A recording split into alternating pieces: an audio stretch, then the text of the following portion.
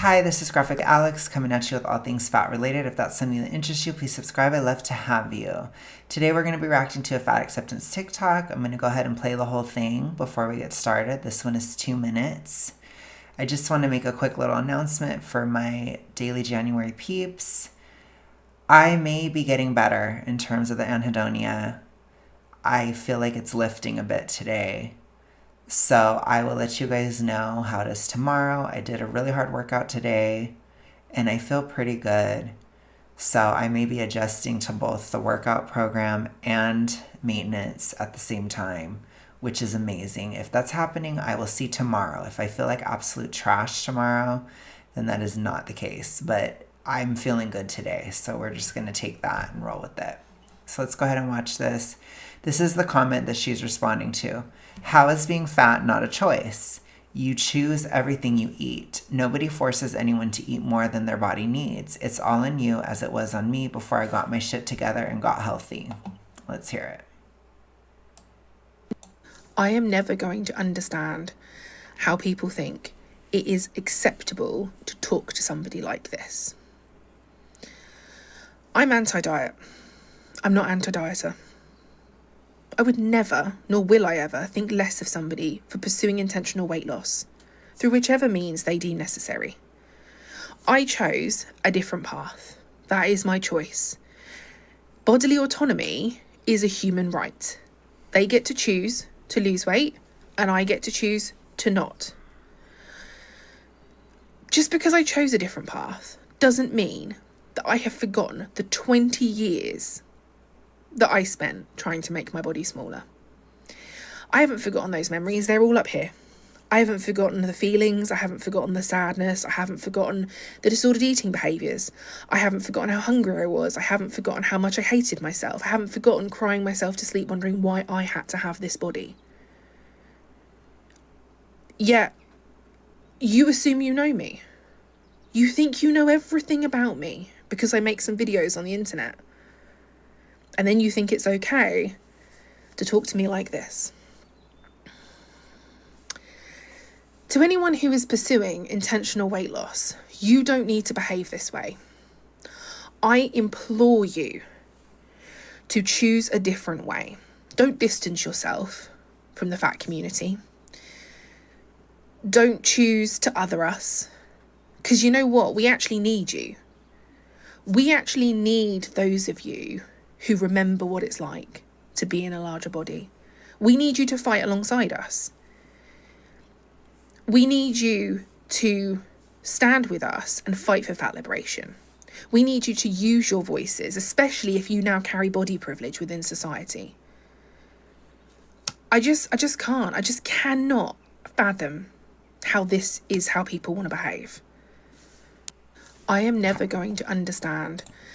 So I think that this TikTok was interesting in part because I feel like this would be, if this was how fat acceptance was all the time, this would be more convincing for your average person, which is kind of why we have to respond to it, because sometimes things can seem more reasonable than they are. And you know me. I'm always here to be a bitch when it's necessary. And to say that you're still wrong. Even though I can understand the emotions behind it, it's still not realistic. It's still toxic, ritualistic. So we're going to break it down piece by piece. And I want to help make you guys more immune to this kind of emotional manipulation. Okay, so let's go piece by piece. How people think it is. So this comment here, how is being fat not a choice? Question mark, question mark, question mark. You choose everything you eat. That's true. It is a question, which by the way, she did not answer at all. She didn't answer the question whatsoever. Nobody forces anyone to eat more than their body needs. It's all on you, as it was on me before I got my shit together and got healthy. So why did this upset her so much? It's because it has to do with accountability, and it has to do with pointing out the fact that she is in control. That's something that people cannot stand within the toxic ritualistic. Again, people lean heavily on food addiction narratives. People lean on genetics. People lean on the sun, I don't know, the stars, everything. It's all destiny, right? It's the system. It's all of it. But it's not me. And you'll even have a lot of articles write that all the time because people, they want to be nice and blah, blah, blah, but it's not nice. It isn't nice to affirm. This is not something that is nice to affirm. It's not. It's actually cruel. You affirm this because you don't care. You affirm this because you don't want to deal with it. You affirm this because it's not convenient for you to actually say something or even to just be quiet. You want to feel like a better person. So you affirm, even though you're not actually a better person by affirming. So I need to just make that clear. So if you felt the need or the desire to affirm her in this moment, it's not coming from anywhere good. I'm just going to say it. It's not. It's coming from convenience. It's kind of like, oh, I can feel empathetic or I can feel like a good person without actually being one. That's what it is. It's lazy. I'm not saying it's necessarily evil, but when you are encouraging somebody within this path, it is kind of, it's something you should question. You're not being a good person. You're being lazy at the least. You're just being kind of lazy. And again, it's actually even easier to just not say anything to somebody like this. Because if you go along with it, you're actually doing more harm.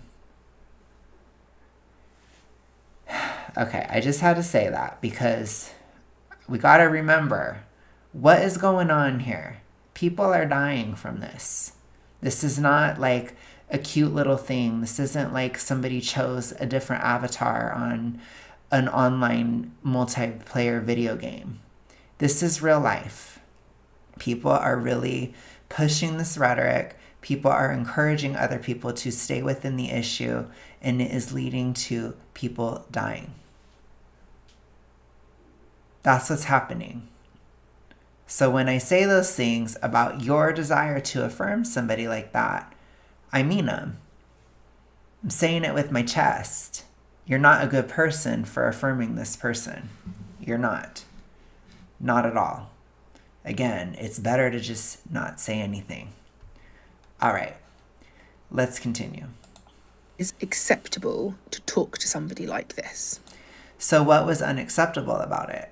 Do you see the immediate emotional framing of what somebody said? So what is it? It's to say, oh my gosh, well, I guess that is really horrible what they said. Wow, they said I got my shit together. Wow, that's really horrible. It's not. It's honest. Is honesty super cruel? No, it's not. This honesty is not cruel. And what I need you to understand is with somebody within the toxic ritualistic, if you are honest at all, even if you say it in the nicest way possible, it will not matter.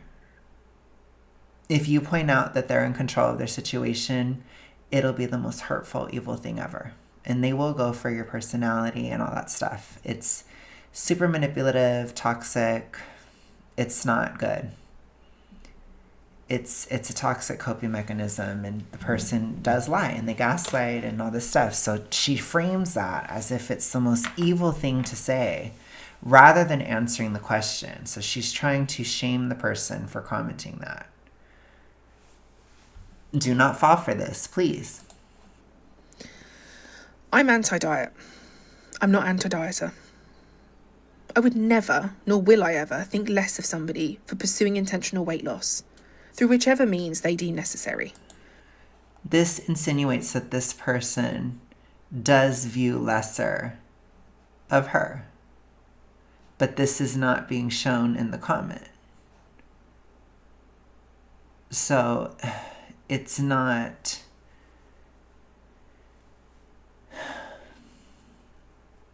It's bizarre. It's a bizarre framing of it to kind of, again, shame the person for telling the truth. Shame the person for pointing out the fact that she does have control over the situation. Which, what is the desire? To hide that fact. The desire is, I don't want people to know. I don't even want to know myself, because if I really understand it, then I have to stop. Once again, it always goes back to, I don't want to have to stop. I chose a different path. That is my choice. I can choose not to stop. I don't have to stop. The TR. That's what she's saying. Bodily autonomy is a human right. That's like her saying self-destruction is a human right. That's really dark. And I don't necessarily agree. I don't. I think that that's really, really fucked up. I think that is a sign of massive mental health issues that do not need to be affirmed whatsoever. They get to choose to lose weight, and I get to choose to not. So I don't know if she's talking about from a legal standpoint, sure. But do you get to choose to lose weight or not and not have anybody judge it at all? I don't think so. That's the issue there. Which, once again, what is the toxic ritualistic fantasy? It is to be able to engage in the behaviors without judgment. It's a fantasy. It will never happen. But that's what they are all fighting for within it. They don't want to be judged for what they do. So it's everything else. It's the system. It's this. It's that. It's the wind, the sun, the stars. It's everything else but them.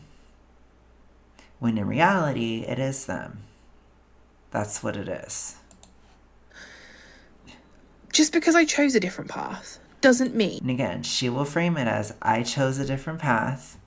Even though I spent a whole video talking about how being fat is not a choice, now it is a choice. So I saw that with Jamila and Aubrey too. They'll play with this.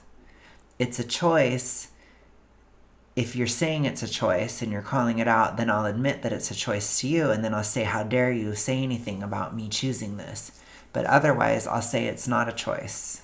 So I'll go back and forth. So again, I hope you can see the gaslighting. It's kind of gaslighty. You just said that it wasn't a choice. Now you're saying, how dare you judge me for making this choice? You said it wasn't one, though. Where is the justification? Where is the argument for it not being a choice? They don't have one. It's a bunch of emotion and flowery language, but there's no substance behind what she's saying. So you cannot fall for this. Please do not. That I have forgotten the 20 years that I spent trying to make my body smaller. I haven't forgotten those memories. They're all up here. I haven't forgotten the feelings. I haven't forgotten the sadness. I haven't forgotten the disordered eating behaviours. I haven't forgotten how hungry I was. I haven't forgotten how much I hated myself. I haven't forgotten crying myself to sleep wondering why I had to have this body. Super, super toxic ritualistic. This is somebody who is deep within the issue. Severely so, I would even say. Somebody who's probably in more of a torture category, as we would describe it on this channel. That is evidence. 20 years of the TR. You could leave at any time. I know it's tough. I know you have reasons for being there. I know you do, but you gotta face them. You gotta get out. And I'm never gonna affirm your choice to stay in that system, to stay in that mental illness. I will never, ever affirm it. You are making the wrong decision. You can get out. You need to choose to get out. It's never too late until it is. I have this, though. I have this trauma. I have that. Well, why don't you deal with it? Why don't you talk to somebody? Why don't you get help for those problems then? Or figure it out yourself if you can, if you need to. It wasn't easy for me to leave the TR. It wasn't. I had a whole host of triggers. But I took each trigger one at a time and I got out, because that's what you have to do to survive. That's what you have to do.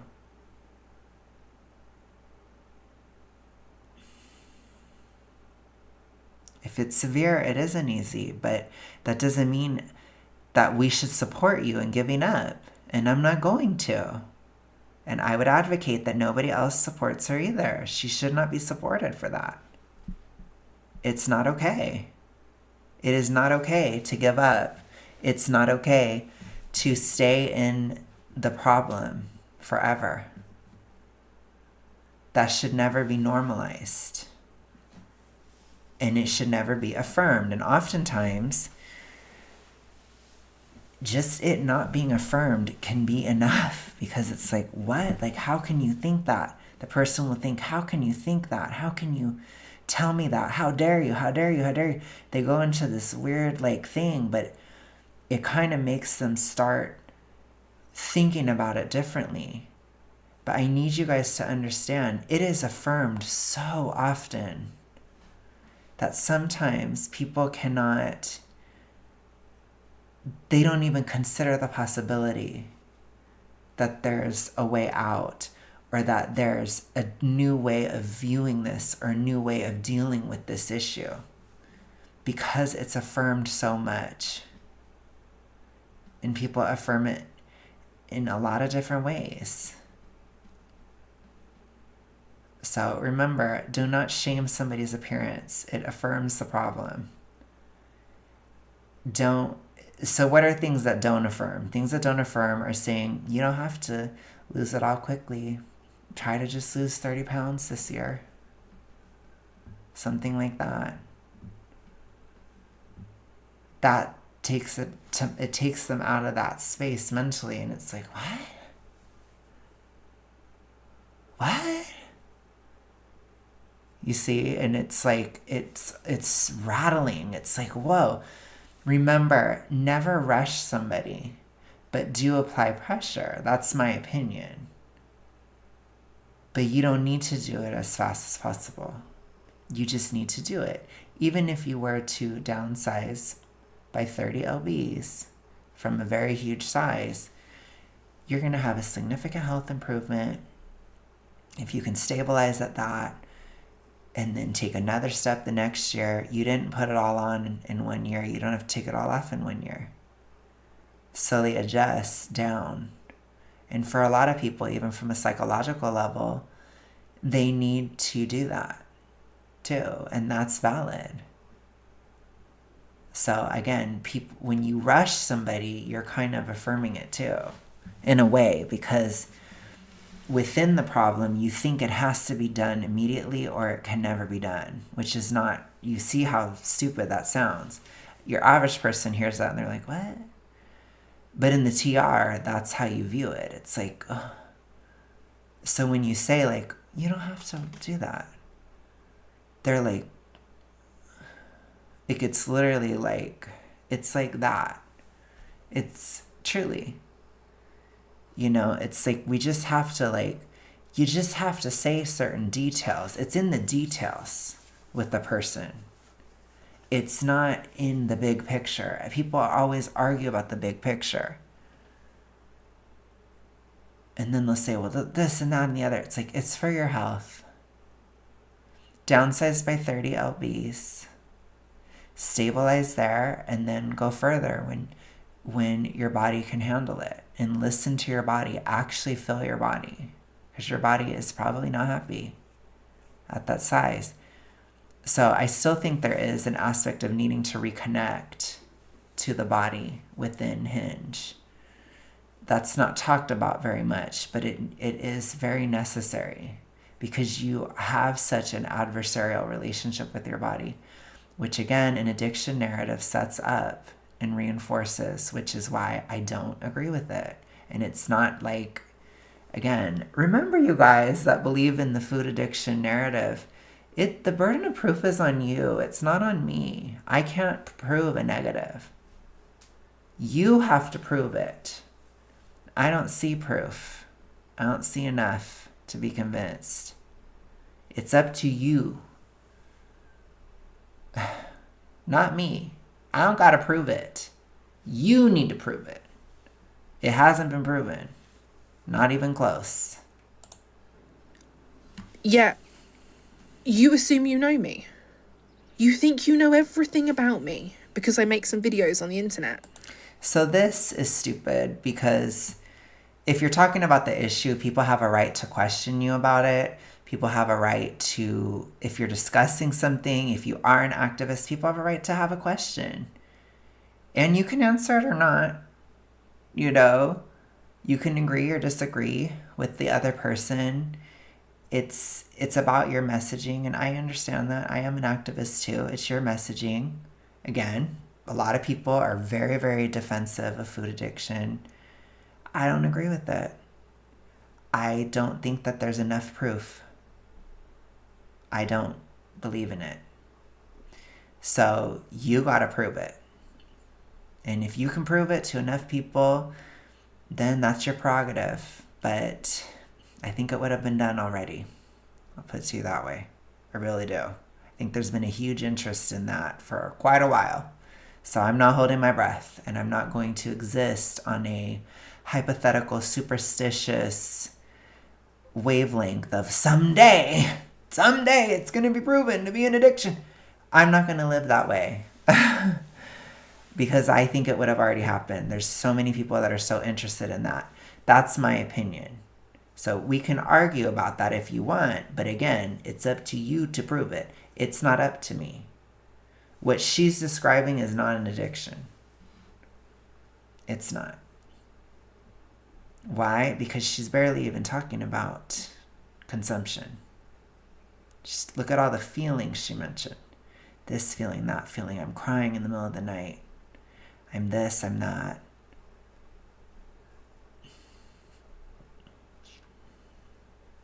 So for me, it's not so much that I know everything about her. It's that I know about the condition. I know about the mental health issue very, very deeply. Very deeply. So I know what that is like. I don't know what her reasons are. I don't know what her trigger is. I don't know what her triggers are. That's all very specific to the person. But I do know the condition, and that is what it is. She's obsessed. She's ruminating. She literally has a whole platform based on it. That's how much she's ruminating about it, where she's reinforcing herself and she's reinforcing others. And then people push back on it, and she is freaking out and gaslighting. This is exactly what I tell you guys about all the time. And then you think it's okay to talk to me like this. Yeah, because it is okay. It's okay to disagree with somebody. I understand that this is your whole coping mechanism. Your whole life is framed around this, but I still disagree with you. And a lot of other people disagree with you. And I agree that we should speak and state our disagreements to people. Don't make it easy for them to stay in the problem.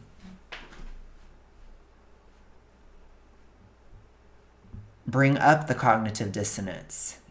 Is it a choice or not? You said it wasn't a choice, now you're saying it is.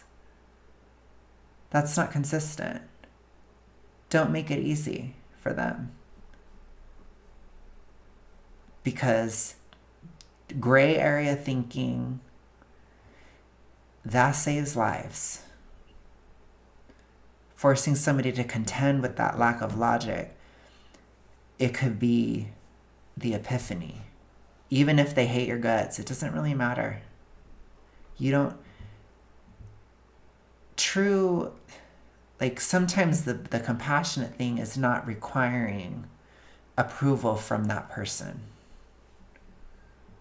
And that is a concept that has been so lost in recent times. But it's not always about approval. Sometimes it's about doing what's right, or trying to change somebody's mind in a way that can be life-defining, life-saving in some cases. And again, this isn't the only situation where that could apply. Sometimes if you say something, it can help somebody, even if they don't like it in the moment.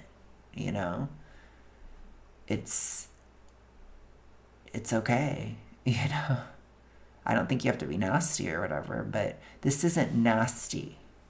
What this person is saying is not nasty. This is just honest. I think that's fine. To anyone who is pursuing intentional weight loss, you don't need to behave this way. I implore How? What way? you to choose a different way. Don't distance yourself from the fat community. Don't choose to other us. Because you know what? We actually need you. There is no fat community. That doesn't exist, for one. Fatness and belief have no correlation. So that's a big thing that a lot of people don't understand within the TR, but that's the facts. People that are fat can have all different kinds of beliefs all the time. It happens all the time. It's actually really common. The other thing is you do need to distance yourself from the fat community because you're no longer fat. If you're not a fat person anymore, then you're not a fat person anymore. It's not a part of your identity. But within the TR, you make it a part of your identity. We reject that. Especially if you've lost weight and stuff and you're not even fat anymore, then you need to let go of it. It's like she wants to keep it alive in you. And I think from a psychological perspective, when you hold on to fatness, when you hold on to I am a fat person, like that mid-sized princess energy, I have the wig right here, for you guys who have been on the channel for a while. When you hold on to that and you think, I've always been a fat person, or I'll always be fat on the inside, that sets up a pathway for you to regain. That is a dangerous belief to have. You never want that to take root. So you have to cut that off. We actually need those of you who remember what it's like to be in a larger body. We need you to fight alongside us. We need you to stand with us and fight for fat liberation. Some of the best takes, advice, perspective I got during my downsizing journey was through people that had done it before me. I do think it is so good to pay that stuff forward and to be supportive and to be helpful when somebody is on a journey. It's, oh my gosh, some of your perspectives, they really helped me so much.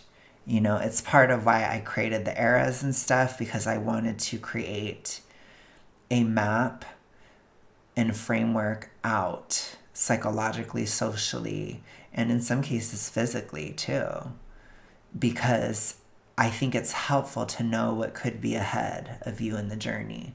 Because for me, I didn't have that necessarily. I did a little bit though, and it's really helpful. But I tried to show all that because, yeah, I don't want to forget. I'm an activist. I don't want to forget everything. I don't. I won't. I don't think that everybody has to remember everything. But I do think if you can pay some of that forward, that is helpful. You to use your voices, especially if you now carry body privilege within society. And remember, on this channel, I will always advocate to not shame somebody's appearance. I don't agree with that. Again, it doesn't mean I hate your guts if you do it. It doesn't mean that I think you're a bad person or even a bad anti-fat acceptance activist if you do it. It's just not my position. My position is don't shame the appearance. That's my opinion. I think it can be triggering, and I don't think it's necessary. I also don't think it's as helpful as it can be, you know, or as you think it may be. I don't think it is. but definitely shame the logic, shame the gaslighting, shame the emotional manipulation, all of that stuff, shame the behavior. Absolutely. Absolutely. Absolutely. I just can't. I just cannot fathom how this is how people want to behave. This comment is perfect.